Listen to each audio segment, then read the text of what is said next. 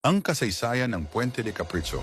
Sa nobelang El Filibusterismo ni Jose Rizal, binanggit niya ang isang matandang tulay ng Espanya na gawa sa bato noong taong year 1851. Ito ay isang tulay na may isang arko lamang dahil hindi ito natapos. Naglagay ang mga maagang katutubo ng tulay na gawa sa kawayan upang ikonekta ang magkabilang dulo para mapadali ang pagdaan. Ang Puente de Capricho ay pinasimulan ng paring Fransiskanong Espanyol na si Victoriano del Moral.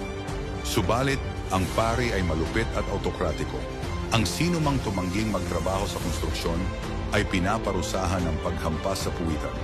Hindi binayaran ang mga manggagawa kahit isang sentimo. Dahil sa kanyang kalupitan, nagkampanya ang mga manggagawa laban sa kanya, dahilan upang hindi na natuloy ang pagtatayo ng tulay mula pa noong year 1851. Ang tulay ay nananatiling matatag hanggang ngayon at tumatawid sa Ilog Ola. Tinawag itong tulay ng pige o Bridge of Botox ng mga modernong mahayhayenos. Ngayon, sinasagisag ng tulay ang paglaban ng mga manggagawang Pilipino laban sa mapang-aping kolonyalistang Espanya noong panahon ng kolonyal. Maraming salamat po sa panunood. Follow me for more.